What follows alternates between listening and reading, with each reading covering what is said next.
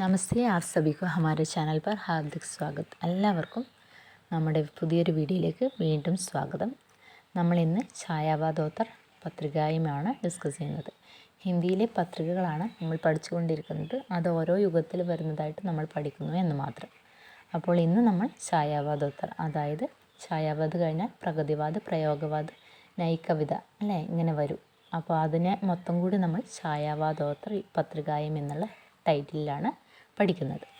ഒന്നാമത്തെ പത്രിക പ്രതീക് പത്രികയുടെ സമ്പാദക് അഗേജിയാണ്. അഗേജിയുടെ മുഴുവൻ പേര് സച്ചിദാനന്ദ് ഹീരാനന്ദ് വാത്സ്യായൻ അഗേ എന്നാണ്. ദില്ലിയിൽ നിന്നുമാണ് ലോഞ്ച് ചെയ്തിട്ടുള്ളത്.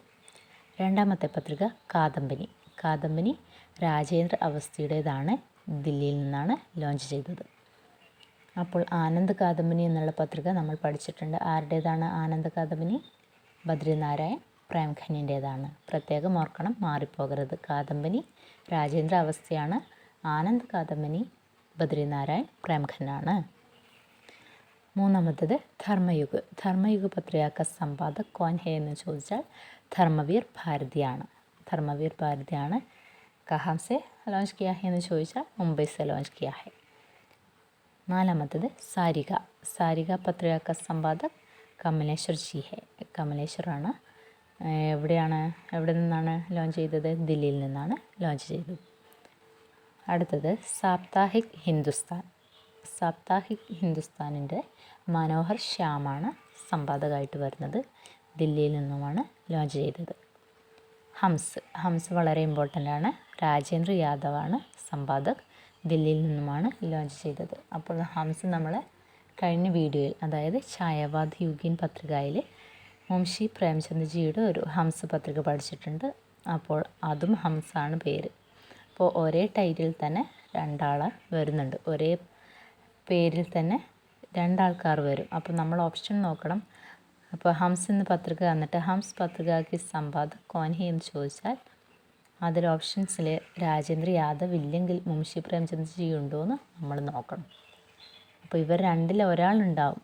അപ്പോൾ നമ്മൾ അവരെ ചൂസ് ചെയ്യുക എന്നുള്ളതാണ് നമ്മൾ മുമ്പിലുള്ള ഏകമാർഗം.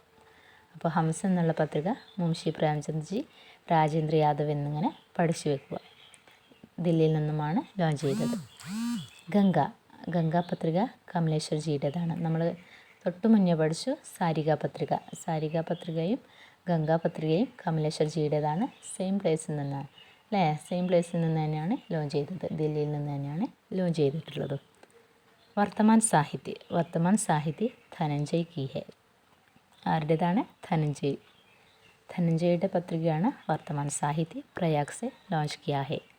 ആലോചന ഡോക്ടർ നാംവർ സിംഗ് കി ഹെ.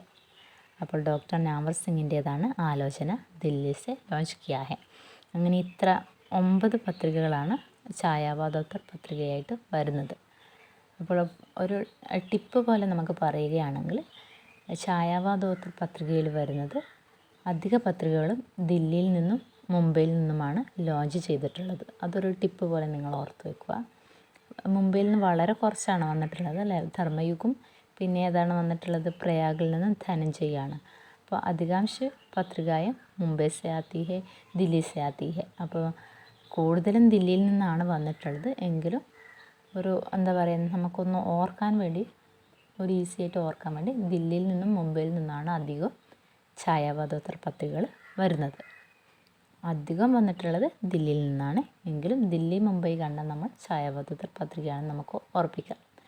അപ്പോൾ ഓരോ കാലങ്ങളായിട്ട് നമ്മൾ ക്വസ്റ്റ്യനിൽ വരില്ല. പക്ഷേങ്കിൽ പത്രികയുടെ സമ്പാദക ആരാണ്, സ്ഥാനം എവിടെയാണെന്നൊക്കെ ചോദിച്ച് കണ്ടിട്ടുണ്ട്. അതുകൊണ്ട് സമ്പാദകൻ്റെ പേര് പഠിക്കണം, പത്രികയുടെ പേര് പഠിക്കണം, സ്ഥാനിൻ്റെ പേരും പഠിക്കണം.